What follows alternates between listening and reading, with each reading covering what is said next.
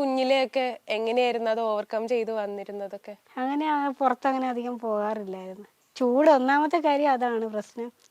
നമുക്ക് ചൂട് താങ്ങാൻ പറ്റില്ല. അപ്പോൾ ഒരുപാട് തവണ കുഞ്ഞായിരുന്നപ്പോൾ ഒരുപാട് തവണ മേലൊക്കെ കഴുകുമായിരുന്നു. പിന്നെ ടെമ്പറേച്ചർ കൂടിയാലുണ്ട് ഞാൻ ഛർദ്ദിക്കും. അങ്ങനെയൊക്കെയുള്ള ബുദ്ധിമുട്ടുകളൊക്കെ വരും.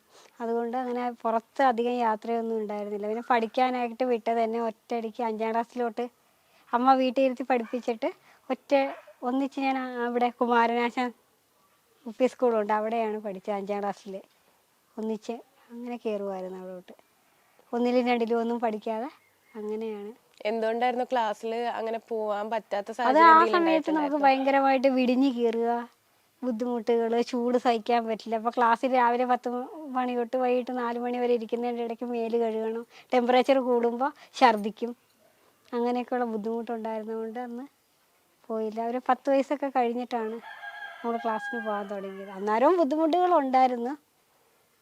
അന്നേരം ഉച്ചയ്ക്ക് അമ്മ വന്ന് കൊണ്ടുവരും, അല്ലെങ്കിൽ പാപ്പൻ്റെ വീട് അടുത്തുണ്ടായിരുന്നു. അപ്പോൾ അവിടെ പോയി ഉച്ചയ്ക്ക് 1 മണിക്ക് വിടത്തില്ലേ, അപ്പോൾ പോയി മേല് കഴുകി ഫ്രഷായിട്ട് വീണ്ടും വരും. അങ്ങനെയൊക്കെയായിരുന്നു.